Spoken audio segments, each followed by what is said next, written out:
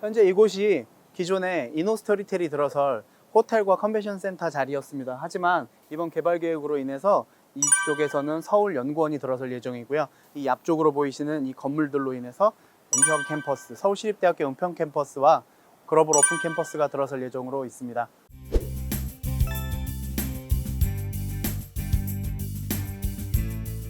안녕하십니까. 오늘부터 은평구의 이곳저곳을 같이 돌아보게 될 백년산 나라 대표 박정재라고 합니다. 만나서 반갑습니다. 요즘 코로나 때문에 많이 움직이시는데 어려우실 것 같아요. 임장을 다니고 싶어도 가는 것도 좀 부담되시고 지켜보는 것도 좀 많이 부담되실 텐데, 그러한 부담을 제가 먼저 가서 은평구의 이곳저곳을 미리 임장을 해서 여러분에게 그 내용을 풀어드리려고 하고 있습니다. 오늘 처음에 얘기 드릴 것은 서울혁신파크입니다. 2020년 1월 달에 서울혁신파크에 대한 보도자료와 기사 내용이 나왔어요. 기존에 개발 계획이 있었지만 그 다음에 보도자료로 나오는 그런 내용들이 살짝 바뀌었기 때문에 그 변화에 대한 내용을 상권, 그 다음에 원룸, 그 다음에 기존의 아파트들에 대한 변화가 어떻게 될지 같이 살펴보고자 오늘 이야기해 보도록 하겠습니다. 서울혁신파크에 대한 내용입니다. 지금 기사가 났습니다. 서울시립대학교 제2캠퍼스 은평구의 둥지를 틀다. 그러면 서울혁신파크가 어떤 곳인지 실물이 궁금하실 것 같아서 현장 모습 한번 보고 다시 스튜디오에서 얘기 드리도록 하겠습니다. 저는 현재 서울혁신파크에 나와 있습니다.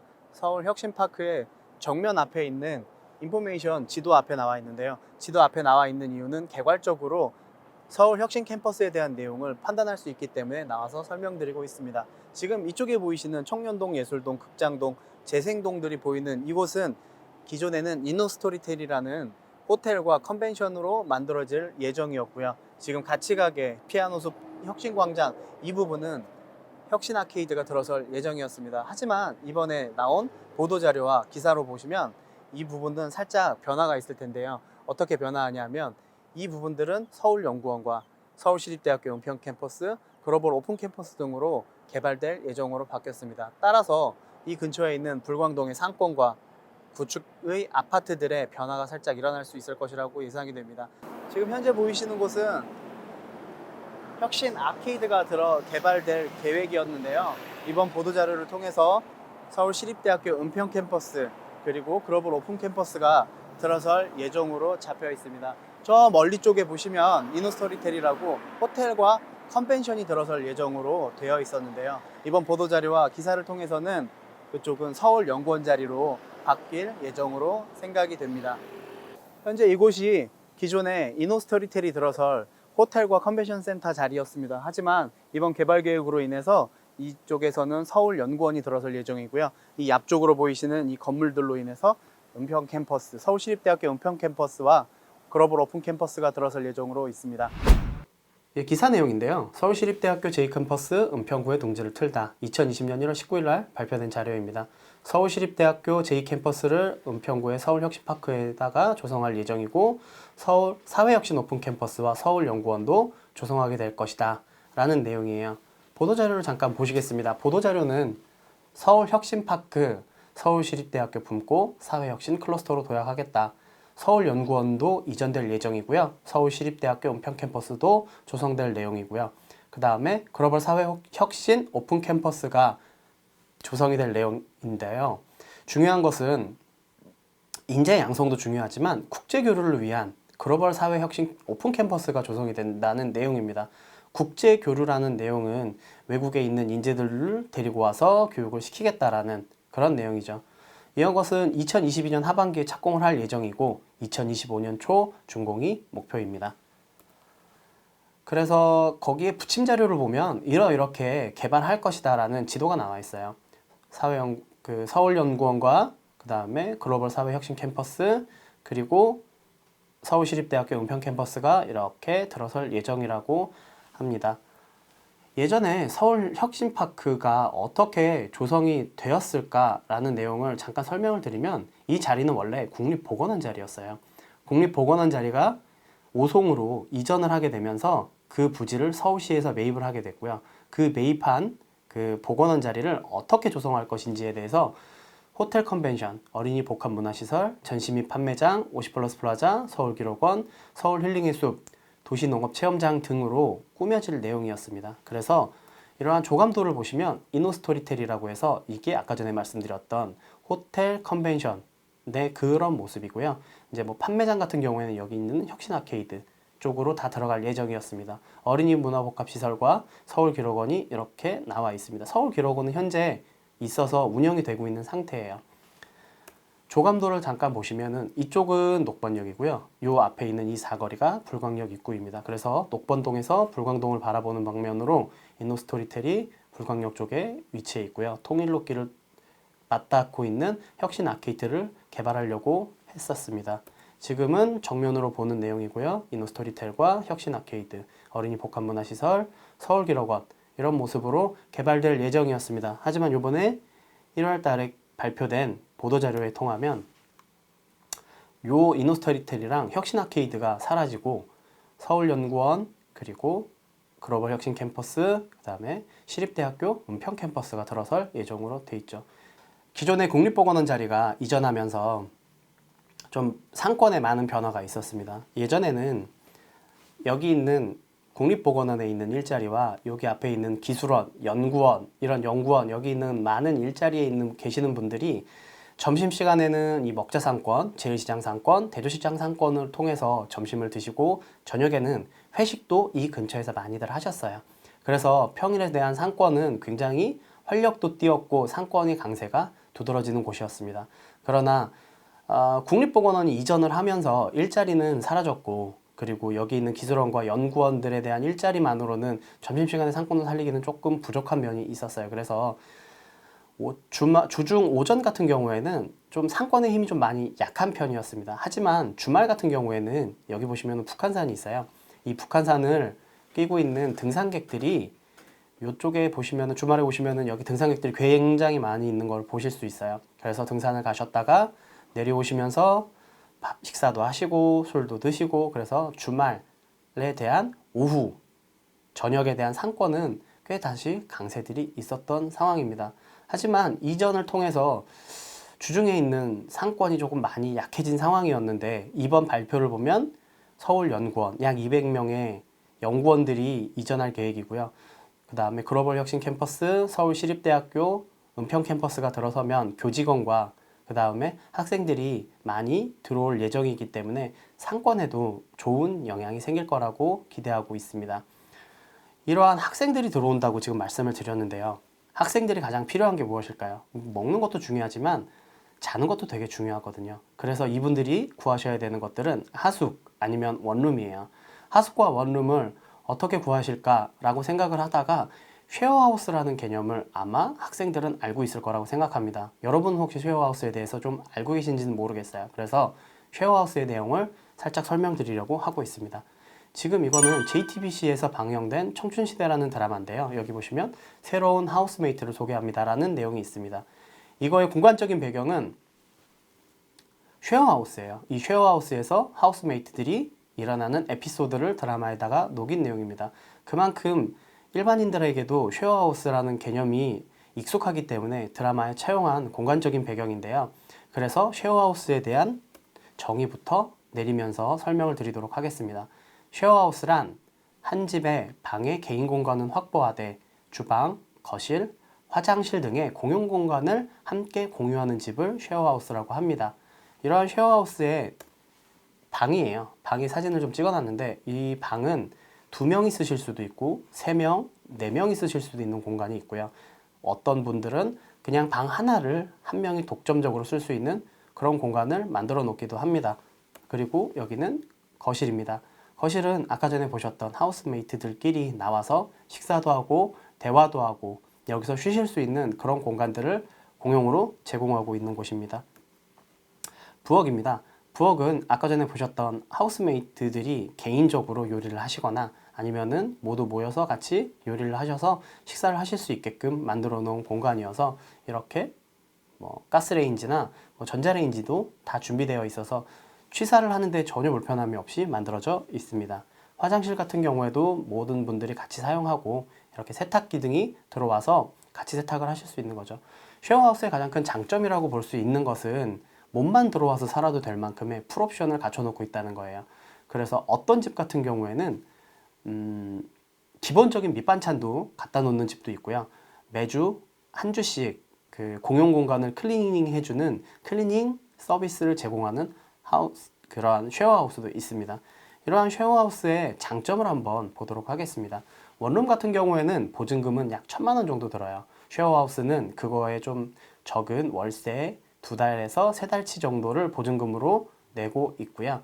월세 같은 경우에는 원룸은 평형대에 따라서 조금 다르지만 40에서 70만 원 정도의 월세를 내고 있습니다. 쉐어하우스는 그거보다는 좀 저렴한 30에서 50만 원 정도를 월세로 내고 있고요.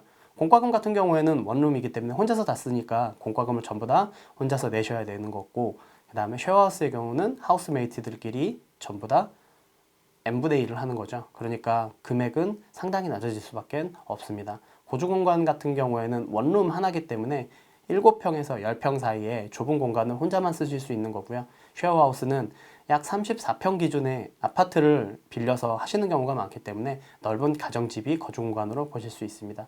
내부 시설 같은 경우에는 풀옵션의 원룸도 있지만 풀옵션이 아닌 경우에는 개인 생활용품을 전부 다 구비하셔야 되는 단점이 있는 반면에 쉐어하우스는 모든 것들을 다 제공해주고 있어요.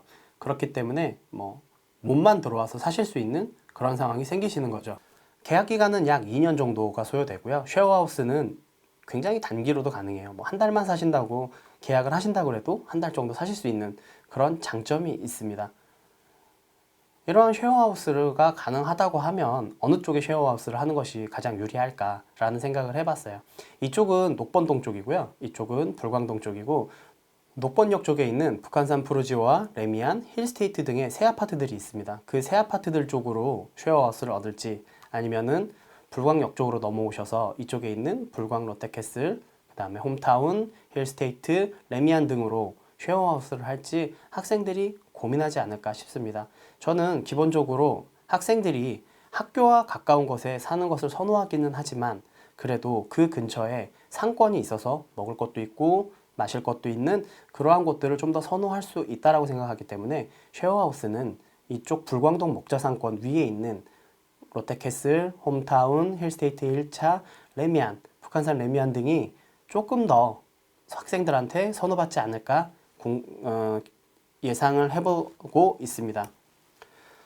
나중에 말씀드릴 내용 중에 하나가 청년 역세권 임대주택이에요. 역세권에서 가까운 곳에 임대주택을 만든다는 내용인데 요거는 좀 내용이 길기 때문에 다음에 영상으로 한번 준비해 보도록 하겠고요. 우선 기본적으로 역세권 임대주택이기 때문에 소형의 아파트들로 원룸으로 들어와서 월세를 내고 살 수 있다라는 내용입니다.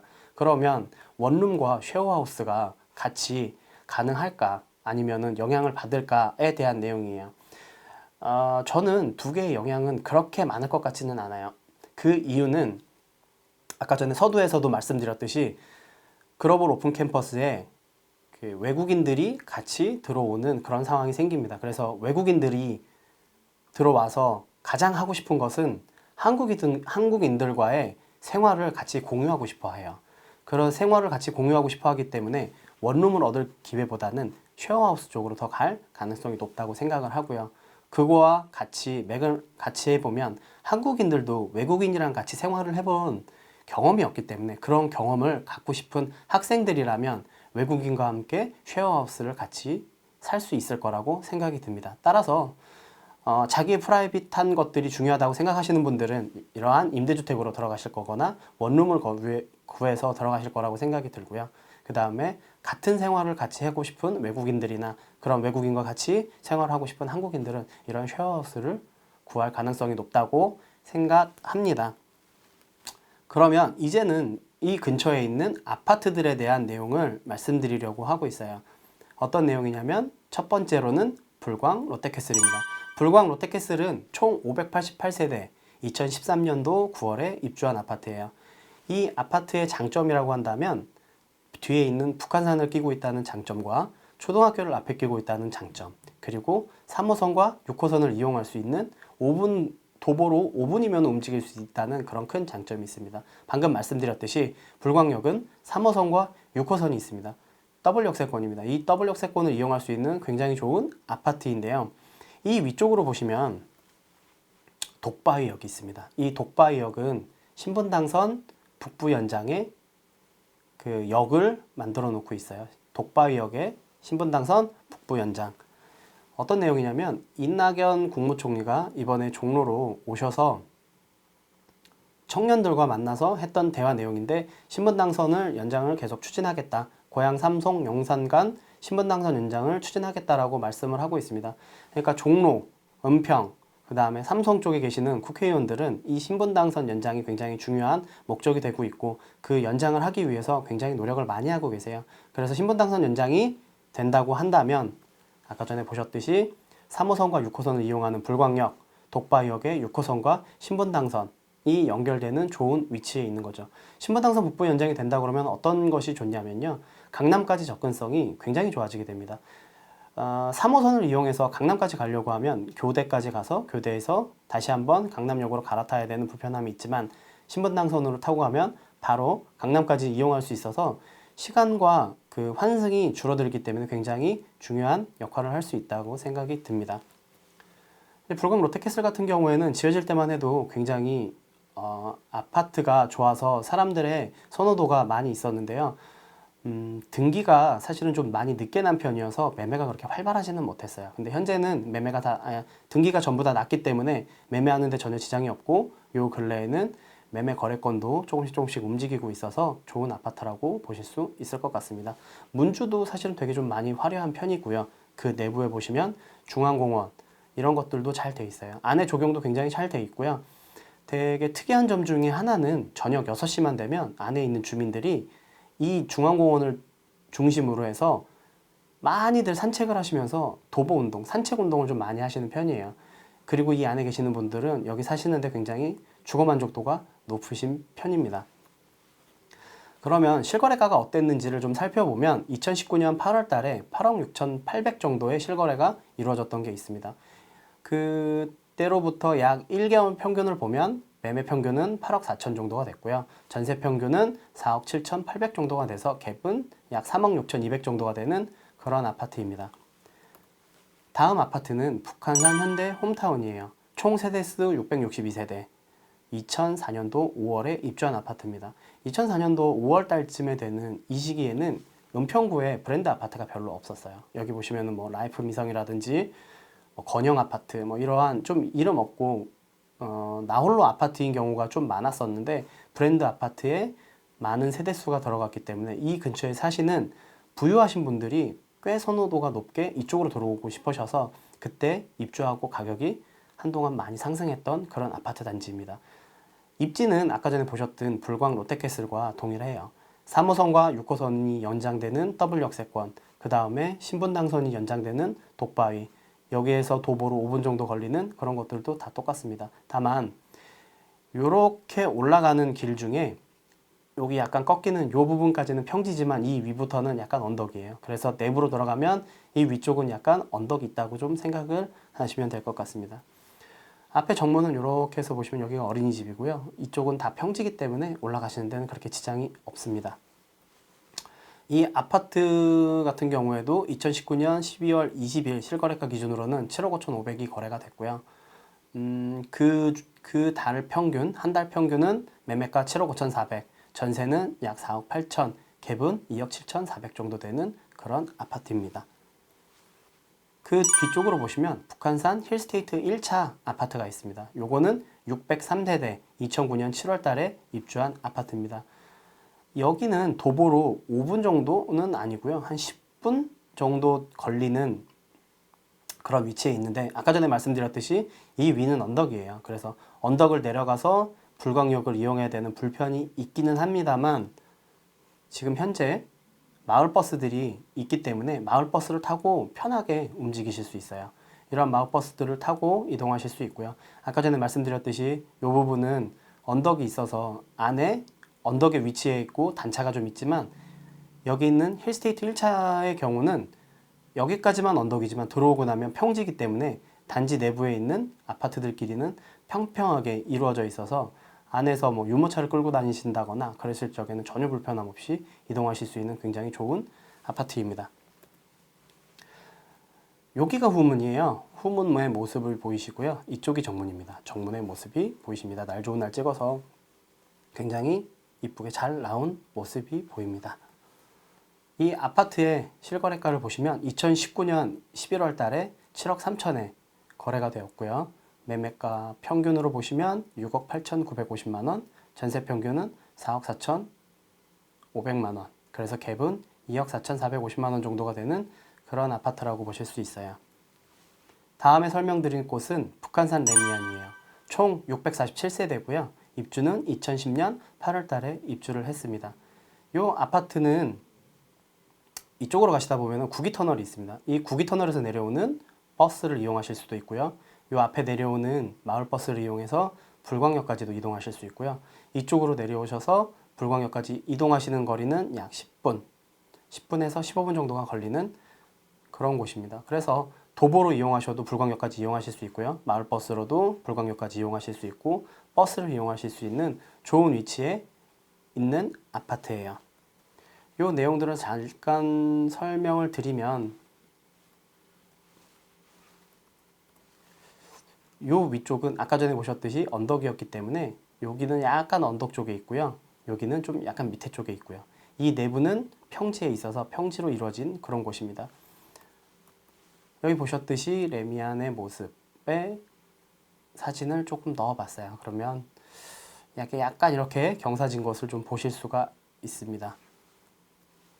이 아파트의 내용은 실거래가는 1월 달에 7억 7,700 정도를 찍었고요. 이때 1개월 평균도 약 매매가 7억 7,700, 전세는 4억 9천, 갭은 2억 8,700 정도가 되고 있습니다.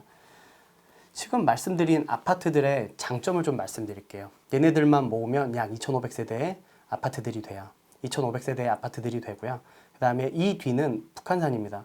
여기 이렇게 녹색으로 표시된 이 부분은 북한산 둘레길로 올라가셔서 등산을 하셔서 저쪽 북한산에 있는 은평뉴타운까지도 다 연결이 되어 있습니다. 그래서 요즘처럼 건강이 굉장히 우려되는 상황에 있어서 이러한 자연환경이 좋고 쾌적한 곳에 사는 것도 굉장히 좋으신 생각이라고 들어요. 그리고 말씀드린 대로 3호선과 6호선이 있고 그 다음에 신분당선이 연장된다면 강남까지 접근성도 굉장히 좋은 이런 아파트들에 대한 수요들은 꾸준히 늘을 거라고 생각이 들고요. 이쪽에 사시는 곳을 염려해 두신다면 계속 모니터링을 해보시면서 입주의 시기를 조절해 보시는 것도 굉장히 좋은 방법이라고 생각드립니다. 오늘은 서울혁신센터에 대한 내용들을 좀 말씀드렸는데요. 서울혁신센터에 대한 내용을 말씀드렸고 이 이후에는 이제 불광 역세권 청년 임대주택에 대한 내용을 말씀드릴 예정이에요. 그래서 다음에는 청년 역세권 임대주택이 어떻게 개발되고 그 근처가 어떻게 변화되는지에 대한 내용들을 설명드릴 예정입니다. 오늘 들으신 내용들이 좋으셨다면 좋아요와 구독하기 한 번씩 눌러주시고요. 다음에 찾아뵙는 것으로 하겠습니다. 감사합니다.